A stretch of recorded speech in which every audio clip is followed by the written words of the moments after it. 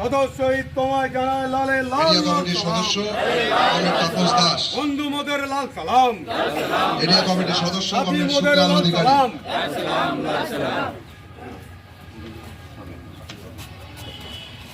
পার্টির জেলা দপ্তরের কর্মী কমরেড গোবিন্দ শর্মা, দপ্তর সম্পাদক কমরেড গোবিন্দ শর্মা শ্রদ্ধা জ্ঞাপন করবেন। এরিয়া কমিটির সদস্য কমরেড বিপ্লব দাস, এরিয়া কমিটির সদস্য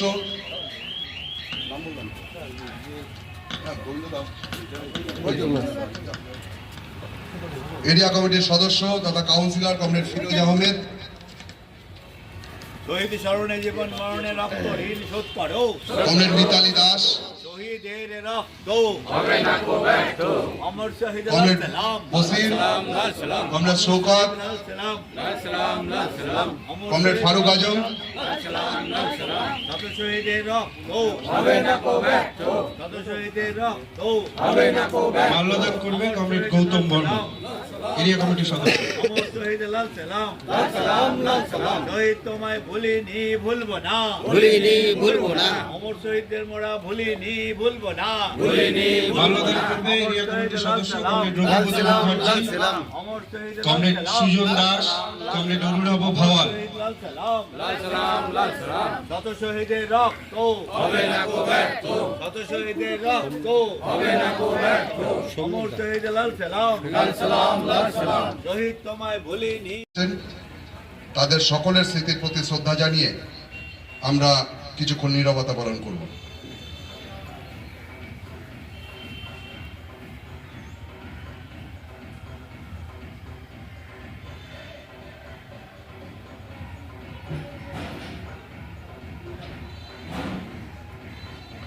হয়েছে কমরেডস, এবার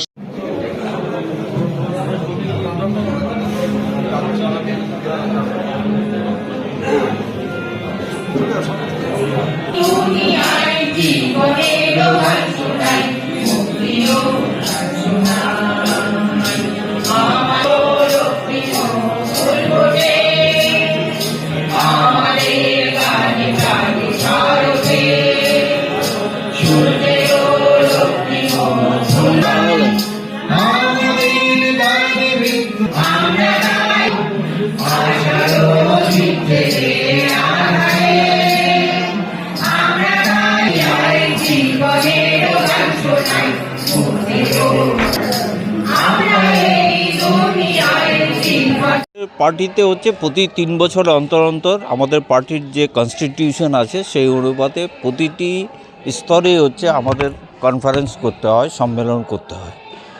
আমাদের জেলাতে 285টা শাখা আছে পার্টির।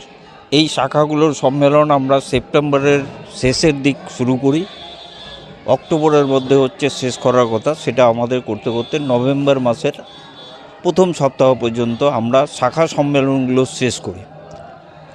এবং তারপরেই হচ্ছে 17টা আমাদের এরিয়া কমিটি আছে, তার ডেট, তারিখ, সময় ইত্যাদি সব ঠিক হয়ে গেছে। সেই সম্মেলনগুলো চলছে। ইতিমধ্যে 7খানা সম্মেলন হয়ে গেছে, আজকে 3টে সম্মেলন হচ্ছে। আগামী 15ই ডিসেম্বরের মধ্যে হচ্ছে আমাদের এরিয়া সম্মেলনগুলো শেষ হয়ে যাবে। আমরা জানুয়ারি মাসের 11 এবং 12 আমরা হচ্ছে জেলা কনফারেন্স আমরা করব ডালকোলা শহরে।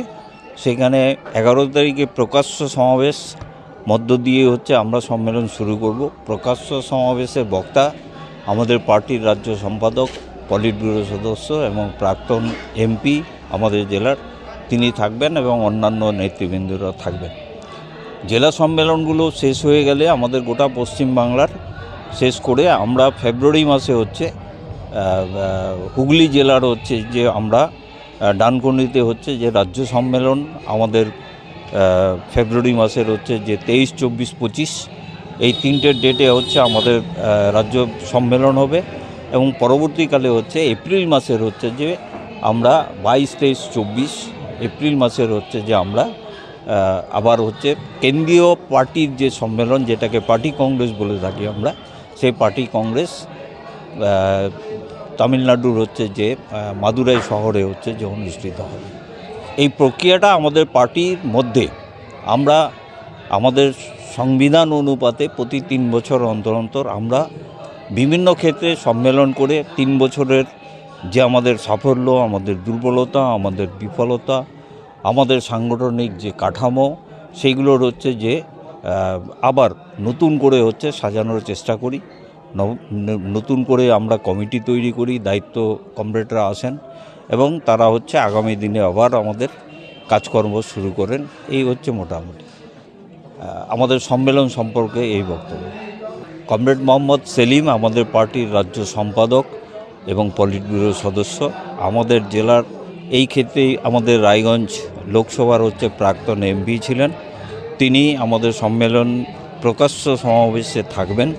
তার সাথে সাথে অন্যান্য রাজ্যের নেতৃত্ব, যেমন কমরেড পলাশ দাস রাজ্য সম্পাদক মণ্ডলীর সদস্য, কমরেড জীবেশ সরকার রাজ্য সম্পাদক মণ্ডলীর সদস্য, এছাড়াও আরও নেতৃবৃন্দ হচ্ছে যে আমাদের উপস্থিত হবেন। আর এই এরিয়া সম্মেলন উপলক্ষে আগামী 30 তারিখ ইসলামপুর 2 নম্বর এরিয়া কমিটির সম্মেলন গুঞ্জুরিয়াতে আমরা ওই পাঁচুর এশিয়া প্রাথমিক বিদ্যালয়ে হচ্ছে যে আমাদের হবে। সেই সম্মেলনকে উপলক্ষ করে আমরা 30 তারিখে একটা সমাবেশ করব গুঞ্জুরিয়া বাজারে। সেই সমাবেশে আমাদের বক্তা, আমাদের পার্টির রাজ্য নেতৃত্ব কমরেড শতরূপ ঘোষ তিনি উপস্থিত থাকবেন। আমাদের জেলার ক্ষেত্রে আমরা এই বিষয়গুলো ঠিক করেছি। না, নির্বাচন একটা আলাদা জিনিস, এটা ঠিক যে আমরা 6টা নির্বাচন হয়েছে, উপনির্বাচন, আমরা 6টাতেই হচ্ছে যে হেরেছি। কিন্তু আপনারা দেখবেন আমাদের কাছে পরিসংখ্যান এখনও পুরোটা পাইনি। আমাদের পার্সেন্টেজ অফ ভোট হচ্ছে যে আমাদের বাড়বে। আমরা এই জায়গাটা চেষ্টা করছি। আর কিছুটা হচ্ছে যে উপনির্বাচনের ক্ষেত্রে একটা ধ্যান ধারণা মানুষের থাকে যে এটা পরিবর্তন করে লাভ নেই। আমরা আমাদের ভোট পার্সেন্টেজ হচ্ছে যে ম্যাক্সিমাম বাড়বে এবার।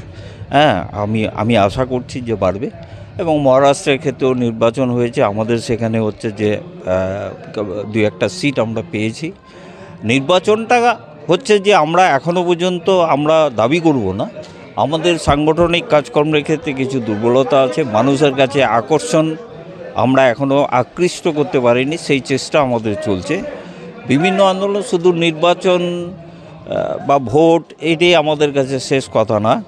যে গোটা পশ্চিমবাংলা, গোটা ভারতবর্ষের যে ঘটনাগুলো ঘটছে তার বিরুদ্ধে আপনারা দেখবেন যে আমরা কমিউনিস্ট পার্টির লোকেরা, বামপন্থীরা হচ্ছে যে আমরা মাঠের মধ্যে আছি, আমরা প্রতিবাদ প্রতিরোধ গড়ে তোলার চেষ্টা করছি। এটাও আমাদের একটা সাফল্য যে আমরা মানুষের কাছে যাচ্ছি। হ্যাঁ, এটা ঠিক যে ভোটে হচ্ছে যে তার প্রতিফলন আমরা ঘটাতে পারছি না, আমাদের দুর্বলতা আছে, আমরা কাটাবো। আবার ভোট হচ্ছে যে প্রহসনে পরিণত করে। বিভিন্ন ক্ষেত্রে হচ্ছে যে ভয় ভীতি, হুমকি, থ্রেট কালচার ইত্যাদি এই সমস্ত কিছু চলছে, যার ফলে আমরা হয়তো একটু পিছিয়ে আছি, প্রতিফলন ঘটাতে পারছি না। এই মুহূর্তেই আমরা চাইছিও না। আমাদের পার্টির যে সাংগঠনিক কাঠামো সেগুলো হচ্ছে যে আমরা নতুন করে ভাবনা চিন্তা করে আমরা নিয়ে যাওয়ার চেষ্টা করছি। বিভিন্ন আন্দোলনের ক্ষেত্রে আমরা আছি, থাকব।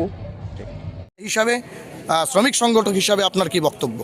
বিষয় হচ্ছে যে আমরা শূন্য হলেও আমরা সমাজী মানুষের সঙ্গে আছি এবং এবারে নির্বাচনে পশ্চিমবাংলায় রেজাল্ট হয়েছে। কমরেডরা সম্মেলন কক্ষে দ্রুত প্রবেশ করুন, সম্মেলনের কাজ আমরা শুরু করব। বিগত কয়েক বছর ধরে পশ্চিমবাংলায় যারা আগেই এসেছেন ভুলণ্ঠিত ইতিমধ্যে এবং এখানে মানুষের ভোটাধিকার টিফিন করা হয়েছে, নেওয়া হয়েছে। মানুষ তাদেরকে সকলকে স্বাধীনতার যে অধিকার, দ্রুত সম্মেলন কক্ষে প্রবেশ করবেন। ফলে নির্বাচনের ফলাফলটা স্বাভাবিকভাবে হচ্ছে এই যে বিরোধী শূন্য হওয়ারই সম্ভাবনা থাকে এবং সেটাই হয়েছে। তবে এই অবস্থান কিন্তু আগামী দিনে থাকবে না। বিশেষ করে এই সময়কালে মানুষ যেভাবে রাজ্যের সরকার এবং কেন্দ্রীয় সরকারের বিরুদ্ধে জোটবদ্ধভাবে রাস্তায় সামিল হয়েছেন, ফলে হচ্ছে অবস্থার পরিবর্তন ঘটবে এবং আগামী দিনে এই যে স্বৈরাচারী আমাদের রাজ্যের সরকার, সেই সরকার কিন্তু আগামী দিনে থাকবে না। সেই লড়াইয়ের কিন্তু যাত্রা কিন্তু শুরু হয়েছে। সুতরাং একটা নির্বাচনের ফলাফল দিয়ে সেটা কিন্তু বিচার করা যাবে না। মূলত আজকে এরিয়া কমিটিতে রাজ্য স্তরের কোনো নেতৃত্ব বা জেলা স্তরের নেতৃত্ব কারা কারা থাকছেন?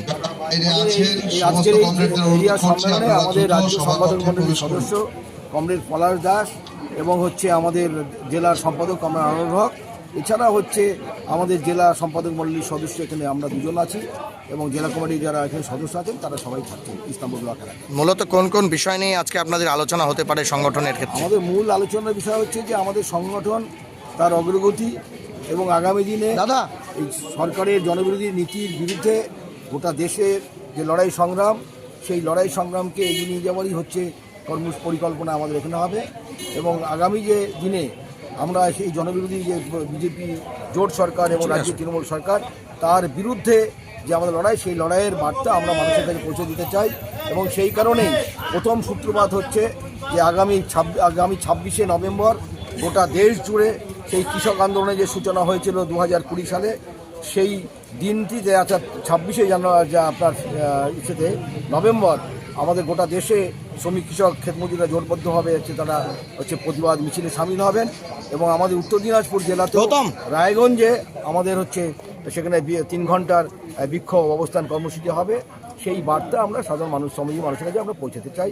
এবং এই সম্মেলনের মধ্য দিয়ে আমরা ইসলামপুর এরিয়ার সাধারণ মানুষের যেভাবে অধিকারগুলোকে কেড়ে নেওয়া হচ্ছে, বিশেষ করে ইসলামপুর পৌরসভা আজকে যেভাবে তারা চলছে, ইসলামপুরের সার্বিক উন্নয়নের ক্ষেত্রে তাদের ভূমিকা ভালো নয়। এবং পাশাপাশি পঞ্চায়েত সমিতি পঞ্চায়েতগুলো তারা আবাস যোজনা ইত্যাদি নিয়ে যে দুর্নীতির সঙ্গে যুক্ত হয়েছে তার বিরুদ্ধে আমাদের লড়াইটাকে জারি রাখা। আপনাদের যে সম্মেলন, সেই সম্মেলনে দ্রোহের উৎসব, প্রতিবাদে থাকুন, প্রতিরোধে থাকুন, তিলোত্তমা ভুলি নাই, রাজপথ ছাড়ি নাই, আরজিকর থেকে জয়নগর বিচার চাই। আজকেও কি আরজিকর ইস্যু নিয়ে আপনারা আলোচনা করবেন? হ্যাঁ, নিশ্চয়ই আরজিকরের বিষয় নিয়ে তো অবশ্যই আলোচনা হবে। যেভাবে অভয়াকে নৃশংসভাবে ধর্ষণ এবং খুন করা হলো, এবং সেক্ষেত্রে আমাদের রাজ্য সরকারের মুখ্যমন্ত্রী যে নীরবতা পালন করছেন এবং নীরবতা পালনের মধ্য দিয়ে এটা উপলব্ধি করা যায় আজকে ওই দুষ্কৃত হত্যাকারীদের সঙ্গে তাদের একটা নিবিড় সম্পর্ক আছে। সুতরাং এই বিষয়টা অবশ্যই আলোচনা হবে। অনেক ধন্যবাদ।